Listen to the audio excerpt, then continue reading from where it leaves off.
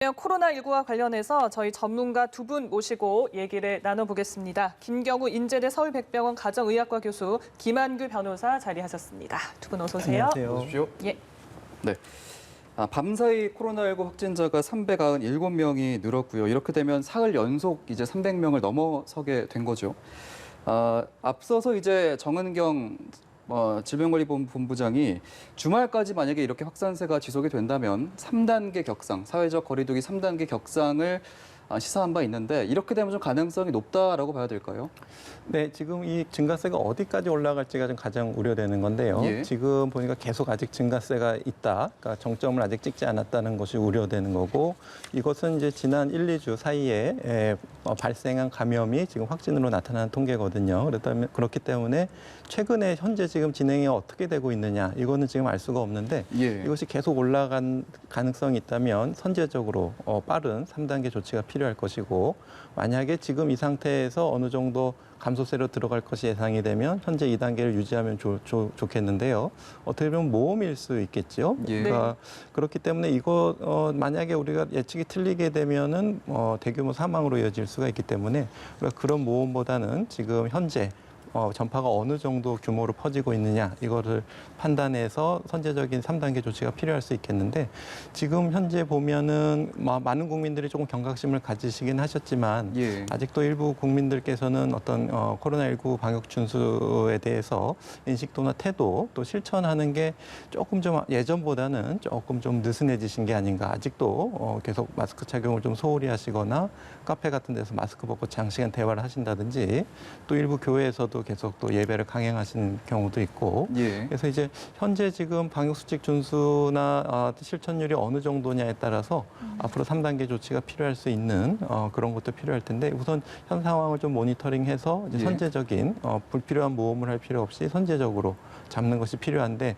우리가 이미 1,000명 단위로 정점을 확인할 때는 이미 늦었다라고 보시면 될 것 같습니다. 네. 예. 교수님, 근데 궁금한 게 사실 3단계라는 것 자체는 어떻게 보면 사회생활이나 일상이 조금 제한될 수 있기 때문에 모험이다라고 하셨는데, 일부 지자체에서는 이 2단계도 약간 강화해서 거리두기를 시행하지 않습니까? 그렇다면 그 2단계와 3단계 사이에서 조금 더 여기서 만약에 강화할 수 있다면 어떤 부분들이 좀 보완이 될 수 있을까요? 네, 일단은 지금 산발적으로 생기는 여러 가지 집단 감염을 보게 되면은 지금 우리가 우려했던 아주 대규모 집단 감염 사례는 조금 많이 좀 줄어든 것 같긴 한데요. 예. 만약에 3단계가 돼서 10인 이상의 모임을 금지한다고 하면은 8, 9명이 모이는 건 괜찮은가 또 의문이 들 수가 있는데, 8, 9명이 모이는 모임에서도 그런 모임 감염이 많아지면 역시 규모가 많아질 수가 있거든요. 그러니까 방역 당국에서 하는 어떤 2단계든 3단계의 어떤 강화된 조치는 국민들에게 어떤 방역 수칙을 잘 준수할 수 있는 신호를 줄 수는 있는데, 문제는 말씀하신 것처럼 그 2단계지만 전 국민들이 좀 강화돼서 이 실천을 얼만큼 잘 할 수 있는가. 그래서 마스크만 잘 착용해도 얼마든지 확산세를 꺾을 수가 있거든요. 그렇기 때문에 마스크를 제대로 잘 착용하시면은 80% 이상 감염률을 낮출 수 있다는 것이 이미 알려져 있기 때문에 마스크 착용 의무화를 하는 것도 굉장히 의미 있는 정책이 될 수가 있겠는데, 예. 문제 이제 제대로 또 착용하지 못하시는 분들이 있을 수가 있기 때문에 80% 이상의 효과는 좀 기대하기는 어렵겠지만은, 그래도 마스크 착용만 의무화하더라도 좀 상당한 효과를 거둘 수 있고, 국민들이 잘 따라주신다면은 좀 효과가 있을 것으로 기대할 수 있겠습니다. 예. 일단 네. 방역 수칙 준수가 굉장히 중요하다라는 말씀이셨는데, 지금 감염 경로를 알 수 없는, 그러니까 이른바 우리가 깜깜이 감염이라고 하죠. 이 비율이 지금 20%가 넘는 상황이거든요. 이런 상황에서 감염원 찾는데도 시간이 상당히 걸리고, 이 방역 수칙 준수만으로는 좀 무리가 있지 않을까 좀 걱정이 되는 부분도 있는데, 이거 좀 어떻게 좀 손을 대면 좋을까요? 네, 맞습니다. 이제 우리가 방역 당국에서 역학조사를 통해서 처음에 이제 확진자가 발견됐을 때 이제 지표 환자를 감염시킨 사람들이 누군지 접촉자를 확인해서 그중에서 이제 증상 발현이 좀 빠르다든지 먼저 감염된 사람을 찾고, 또 그분이 또 감염시킨 다른 접촉자를 찾고, 또 그 접촉자가 양성인지 음성인지 찾아서 또 그분이 양성이면 그 접촉자의 또 접촉자를 찾아야 되고, 이렇게 역학조사가 굉장히 길고 그렇죠. 끈질긴 추적이 필요한 부분이 되겠는데, 예. 말씀하신 것처럼 이게 깜깜이 환자들이 너무 많게 되면은 조사해야 될 역학조사 대상자도 너무 많고 범위도 굉장히 많기 때문에 물리적인 어떤 인력적인 한계가 분명히 있거든요. 또 속도전이 중요한데 충분히 세대기, 그러니까 한 사람에 감염되고 다른 사람을 감염시키는 속도를 역학조사가 추적하지 못하게 되면 계속 N차 감염이 일어날 수밖에 없고 예. 그렇기 때문에 이렇게 깜깜이 환자가 늘어날 때 우리가 그동안 성공했던 방역 당국에서 하는 역학조사 추적만으로는 지금 이 통제하기가 굉장히 어려운 부분이 있다. 하지만 그래도 좀 부분적으로는 통제가 가능하기 때문에 기존의 역학조사 추적과 격리는 계속 이루어지겠지만 이것이 보다 효과적으로 이루어지려면은 아무래도 전 국민들께서 스스로 방역 수칙을 잘 준수해 주시는 방법밖에 없겠는데 증상이 있으시면은 대부분 검사를 해서 발견이 되고 그럴 수가 있겠지만 대부분 또 뭐 증상이 없다던가 약간 애매모호하게 이제 가벼운 증상이 있으신 분들은 이제 검사를 안 받고 예. 그냥 숨어 있는 상태로 이제 감염이 계속 전파될 수가 있겠거든요. 근데 보통 이제 증상이 없거나 가벼우신 경우에는 보통 우리 한 열흘 정도 좀 지나면 추가적인 전파력을 좀 많이 떨어지게 되거든요. 그렇기 때문에 깜깜이 환자분들이 있지만 우리가 발견 못한 환자분들이 있지만 추가적인 전파를 일으키지 않고 열흘 동안만 잘 격리를 하고 스스로 주의를 하시게 되면은 이 깜깜이 환자로 인한 감염 전파를 어느 정도 좀 줄일 수가 있겠습니다. 그래서 우리가 다 일일이 못 찾아낸다고 하더라도 한 열흘이나 2주 정도만 잘 버티시면은 추가 전파를 일으키지 않고 또 추가에 감염되지 않게 나를 또 잘 보호하시게 되면은 한 2주 정도면은 우리가 찾아내지 못해도 이 감염 전파 속도를 좀 어느 정도 늦출 수 있는 방법이 될 수 있겠습니다. 예. 네, 향후 2주. 정은경 본부장도 이번 주말 제발 집에 머물러 달라 이런 당부도 있었습니다. 말씀처럼 시민 스스로의 좀 자발적인 참여가 정말 중요할 것 같다는 생각이 들고 주말뿐 아니라 향후 2주 동안 좀 추이를 지켜봐야 될 텐데 변호사님도 좀 나오셨으니까 지금 뭐 상황이라든지 3단계 얘기가 나오는 이런 추세 어떻게 좀 보고 계십니까? 내일부터 지난 금요일 날 법원은 행정처에서 발표를 했습니다. 네. 2주 동안 전국 법원의 재판을 휴정해달라고 권고한 거죠. 물론 뭐 각 재판부마다 사정이 있으니까 뭐 그에 강행적으로 따르지는 않겠지만은 네. 이미 올 상반기에도 2주 정도 휴정이 있었거든요. 예. 근데 아마도 법조계에서 재판을 무슨 어떤 뭐 전시 상황도 아닌데 이렇게 상당 기간 멈춘 적은 거의 뭐 유례를 찾아볼 수 없습니다. 예. 그만큼 사실은 우리 사회에서 이 코로나19가 미치는 어떤 파급, 어떤 이런 불안감, 두려움이 전국적으로 영향을 미친 건데요. 이 부분에 대해서 사실은 뭐 저희 법조인뿐만 아니라 네. 모든 일반 국민들 그리고 최근에 논란이 되고 있는 뭐 이런 어떤 집회에 참가하지는 않더라도 그 현장에 있었던 사람들이라든가 어떤 다양한 일반 국민들이 적극적으로 방역이라든가 정부의 정책에 좀 협조하는 게 가장 중요한 것 같습니다. 네, 뭐 최근에 판사 감염도 있었고 정부기관에서도 사실 상대적으로 방역이 잘 됐을 것 같음에도 불구하고 서울시청 여러 정부기관에서도 확진자가 나오고 있습니다. 특히 인천 부평구청 직원도 확진이 됐는데 지금 초등생 자녀도 감염이 됐잖아요. 아무래도 등교 수업을 했기 때문에 정말 어디에서 어떻게 발생할지가 참 예측하기가 어렵습니다. 네, 그렇습니다. 그래서 1학기 학교 방역 같은 경우에는 확진자 학생들이 있었음에도 불구하고 대규모 학교 집단 감염은 없었는데요. 하지만 물론 학생 수도 많이 감염된 학생들도 많이 있었지만 대부분 감염 경로가 어떤 가족 간 감염이라든가 지역사회 어떤 다중이용 시설 이용을 한다든지 아니면 친구 간의 감염이라든지 학교 밖 감염이 좀 많았었는데요. 이제 말씀하신 것처럼 앞으로 이제 계속 가을 겨울에 2학기에 계속 확진자가 증가하게 되고 지역사회 감염 위험도가 높아지게 되면 아무래도 감염된 학생들이 등교할 가능성이 많아지게 되고 그러면 학교에서 아무리 방역을 철저하게 한다고 해도 뭐 우리가 이제 다 막을 수는 없기 때문에 학교 내 집단 감염 위험이 굉장히 높아질 수밖에 없을 것 같거든요. 그렇기 예. 때문에 학교 방역이 굉장히 부담이 되고 또 이제 2단계에서는 이제 3분의 1, 고3을 제외하고는 3분의 1만 등교할 수 있게 하고 3단계에서는 이제 원격 수업, 등교 수업 중지가 되는 조치가 취해지게 되겠는데요.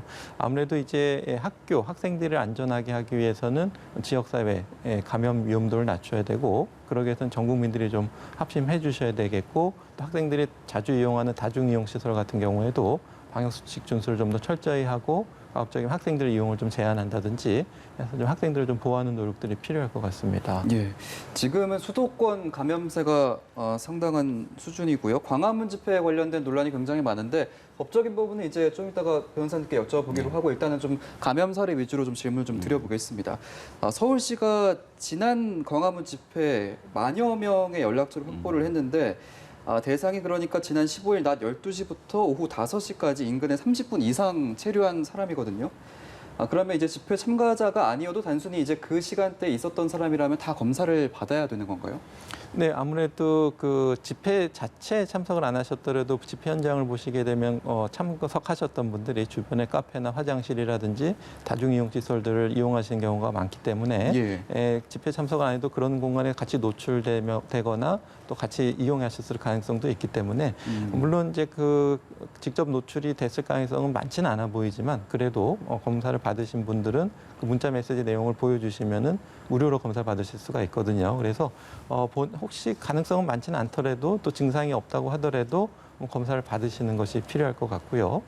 지금 문자 메시지를 받으신 분들 같은 경우에도 이제 물론 이제 집회 참석하신 분들 또 지방에 계신 분들도 있기 때문에 집회 참석하셨던 분들은 네. 반드시 꼭 좀 받으시는 것이 필요하시겠습니다. 네, 그러니까 근처에서 뭐 아르바이트를 했던 그렇죠. 사람도 네. 검사를 받았다 하고 네. 또 제 지인 같은 경우는 당시에 비가 한 차례 크게 쏟아졌어요. 그래서 집회를 하시던 분이 지하철로 들어가서 대피를 하고 있는 상황이라 이제 뭐 지하철 이용하는 그런 분들도 스쳤을 수도 있고 이런 모든 상황을 정말 감안을 한다면 그 자리에 있었던 또는 스쳤던 사람은 좀 검사를 받아볼 필요가 있겠다는 생각이 드네요. 네, 맞습니다. 네. 네, 네.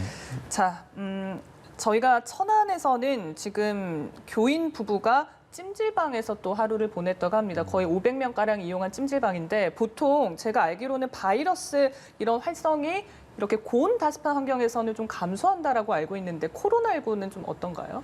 네, 코로나19도 조금 그 전파하는 능력, 비말 날아가는 거리라든지 또 생존율이라든지 이런 데 영향을 줄 수는 있겠는데 그 온도라는 것이 뭐 3, 40도가 아니라 한 7, 80도 돼야지 이제 바이러스 능력이 좀 떨어지거든요. 그렇기 때문에 우리가 일상적으로 생활하는 어떤 찜질방이라든지 이런 환경에서는 바이러스가 사멸할 만한 충분한 온도도 안 되고 또 이제 자외선도 들어오지 못하기 때문에 찜질방 또 거의 또 무엇보다도 밀폐되고 좁은 데에 또 밀접하게 많은 사람들이 있는 환경이 또 찜질방이기 때문에 굉장히 위험한 환경이 될 수가 있겠습니다. 그래서 고온다습한 게 약간 영향을 미칠 수는 있겠지만 밀폐된 환경에서 장시간 같이 여러분이 계신다는 것은 굉장히 바이러스에 직접 감염될 위험이 굉장히 높기 때문에 좀 우려가 많이 되는 부분이 되겠습니다. 네. 알겠습니다. 저희가 이제 광화문 집회 관련된 얘기를 조금 더 깊게 들어가 보겠습니다.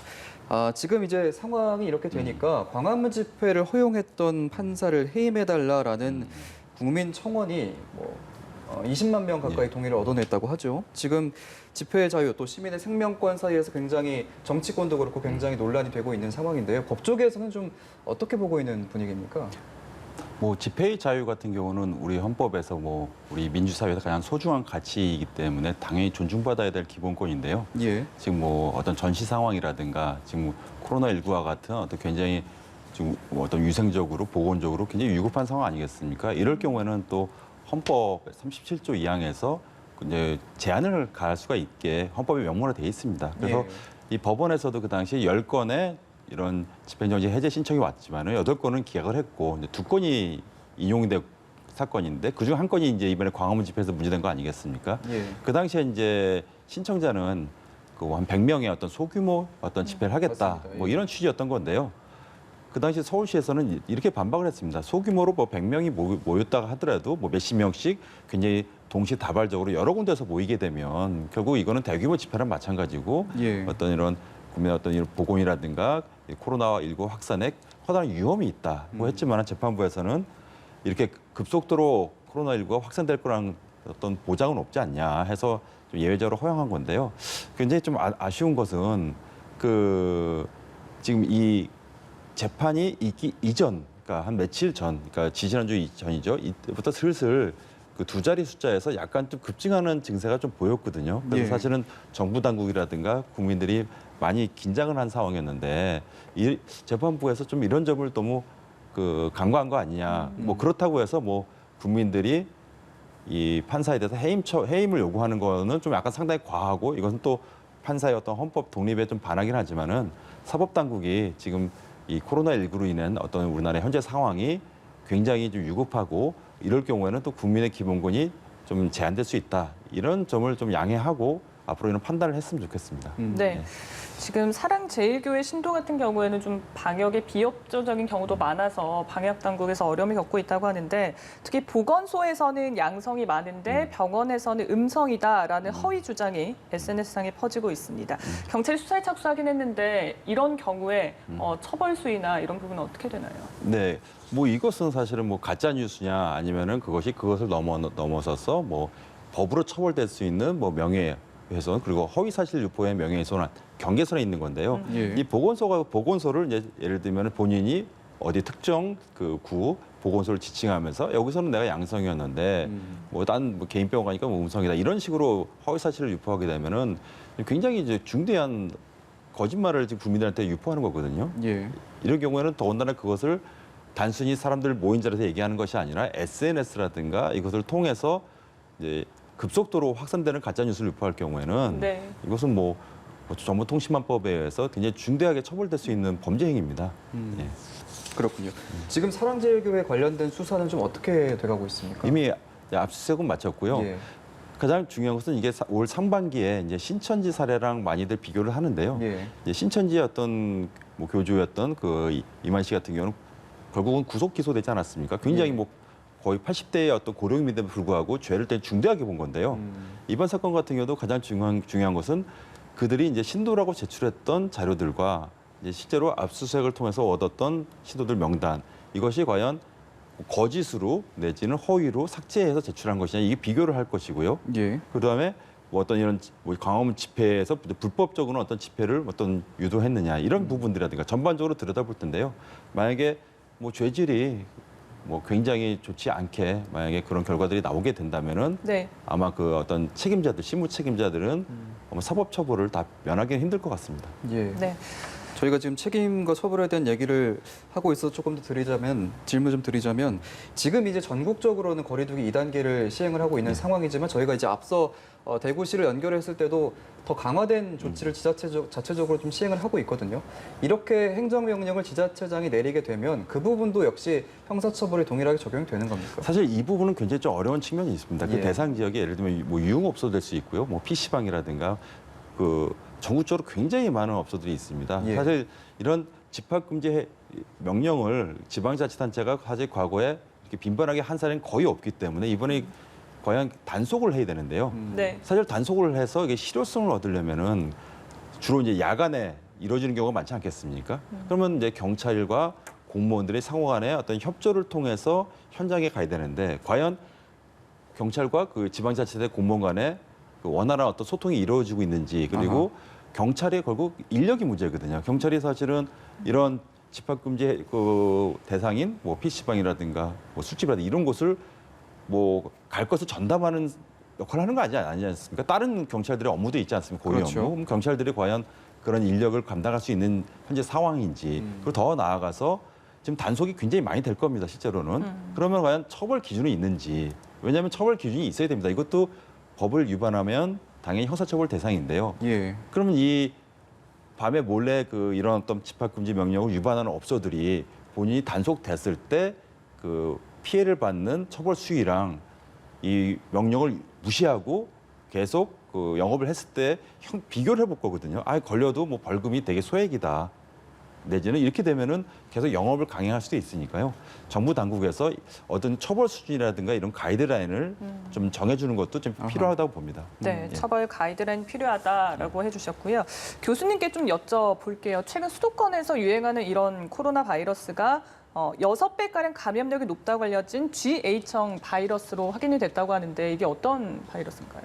네, 처음에 대구 신천지 중심으로 유행했던 바이러스는 SV형, 그러니까 감염력이 이렇게 높지 않은, 감염력이 있지만 지금같이 빠르지 않은 바이러스였고요. 이제 유럽과 미국에 대규모 확진자와 사망자를 낳게 된 바이러스 유행한 것이 이제 GH형이 되겠는데요.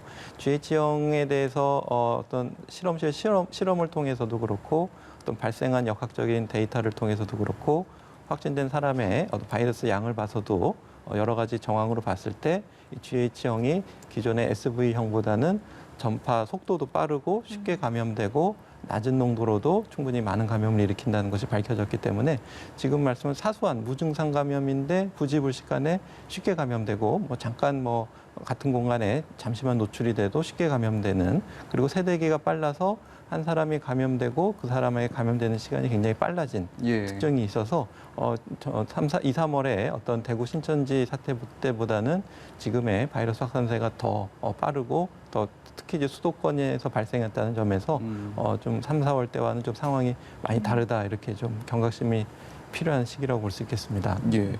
바이러스 변이도 문제지만 지금 날씨가 워낙 덥고 습하기 때문에 방역 의료진들이 쓰러지는 사례도 있거든요. 검사 건수도 굉장히 많아졌고 또 전국적으로 또 병상 확보도 중요한 상황이고요. 그동안 우리가 코로나19 상황을 겪으면서 참 의료 공백, 의료 체계 어떻게 보완해야겠다 이런 얘기 참 많이 나눠봤지만 지금 상황에서 가장 필요한 부분 좀 어떤 게 있다고 보십니까? 네, 굉장히 여러 가지 부분이 있어서 빨리 좀 체계 정비가 필요할 텐데요. 예. 우선 그동안의 사례들을 보게 되면 환자분들이 좀 감염이 의심이 되는 경우에 바로 선별 검사를 받으시는 게 아니라 이제 평상시 다니던 이제 동네 의원에 가시게 되거든요. 그래서 가다 보면은 나중에 또 그냥 감기약만 먹다가 나중에 발견되거나 또 그 동네 의원을 또 감염시키는 경우도 있고요. 그래서 많은 분들이 아직 의심 증상이 있는데 선별 검사를 받는 데까지 좀 시간이 걸리기 때문에 아직 의심 증상이 있으면 병원에 바로 가지 마시고 선별 검사를 받으세요, 이렇게 안내를 하고 있지만 그동안 이제 많은 분들이 바로 이제 의사를 찾게 돼 있거든요. 그렇기 때문에 지역사회 곳곳에서 이제 동네 의사들이 같이 참여할 수 있는, 또 방역에 참여할 수 있는 호흡기 클리닉 같은 것들이 초반에 지금 함께 추진되다 좀 중단이 됐는데 지역사회에서 다양한 형태로, 그러니까 동네 의원에서도 쉽게 코로나19를 볼 수 있는 그런 것이 좀 마련돼야 될 것 같고요. 또 환자분들이 또 의심 증상이 있거나 내가 걱정이 될 때 1339에 이제 많이 문의를 하시게 되는데 예. 거기 이제 익명성이거든요. 이제 누구와 전화했는지 잘 모르기 때문에. 예. 하지만 이제 평상시에 나를 좀 잘 아는 의사가 있다면 좀 궁금한 것에 대해서 물어볼 수도 있고 또 이제 사랑제일교회처럼 이제 참석하고 나서 좀 여러 가지 정보들이 있는데 이거 혹시 뭐 내가 검사를 받으면 문제 되는 거 아니냐 그랬을 때 또 내가 믿을 만한 아는 의사가 검사를 받아야 된다고 추천해 주게 되면은 또 검사에 또 잘 협조를 할 수가 있겠고요. 또 코로나를 앓고 나서 너 좀 계속 피곤한 거고 여기저기 아픈 것 같다 그럴 때 1339에 전화해도 뭐 잘 응대를 못 해줄 수가 있기 때문에 그럴 때 이제 또 평상시 좀 아는 의사가 또 좀 잘 봐주고 설명해 줄 수 있는 그 지역사회에서의 어떤 의료 체계를 만드는 것도 굉장히 중요하거든요. 코로나의 예방과 검사 또 추후 관리를 위해서 굉장히 필요한 부분이 되겠고요. 또 하나는 이제 공공의료를 이제 코로나 전담병원으로 만들어서 코로나 환자만 이제 공공의료에서 담당하게 되면은 예. 그동안 이제 공공의료를 이용했던 코로나19가 아닌 환자들이 또 이용을 못 하게 되거든요. 그래서 그분들이 다른 민간 병원으로 이제 가셔야 되는데 그 어디를 가야 될지도 모르겠고 또 그분에 대한 어떤 진료 기록 같은 것들이 없기 때문에 그분들이 또 제대로 된 진료를 또 받기 어려운 경우가 있겠거든요. 그래서 공공의료기관에 그동안 다녔던 코로나19가 아닌 환자분들에 대한 대응 방안도 같이 좀 논의가 돼야 될 것 같습니다. 네. 알겠습니다. 그 어느 때보다 어떻게 보면 그런 의료인들의 그런 도움이 필요한 상황인데 지금 우리 사회 좀 갈등을 겪고 있지 않습니까? 현 상황에 대해서 좀 어떤 의견이신지 마지막으로 여쭙겠습니다. 저는 종교의 자유라든가 뭐 집회의 자유라든가 우리 헌법에서 굉장히 소중하게 다루고 있는 기본권입니다. 예. 그러나 이 종교의 자유든 집회의 자유든 다른 어떤 자유든 어떤 그것을 누릴 수 있는 국민들이 있지 않습니까? 국민들이 안전하고 보건적으로 건강해야 됩니다. 그렇게 나라가 좀 평온하고 그래야지 기본권을 누릴 수 있다는 점을 뭐 종교인이라든가 아니면은 집회의 자유를 지금 누리고 싶어하는 국민들에게 지금은 좀 우리 기본권을 좀 자제해야 되는 거 아닌가, 좀 이런 걸 좀 요청드리고 싶습니다. 알겠습니다. 오늘 코로나19 현 상황과 관련된 얘기 김경우 인제대 서울백병원 가정의학과 교수 그리고 김한규 변호사 두 분과 함께 짚어봤습니다. 오늘 말씀 고맙습니다. 네, 감사합니다. 고맙습니다.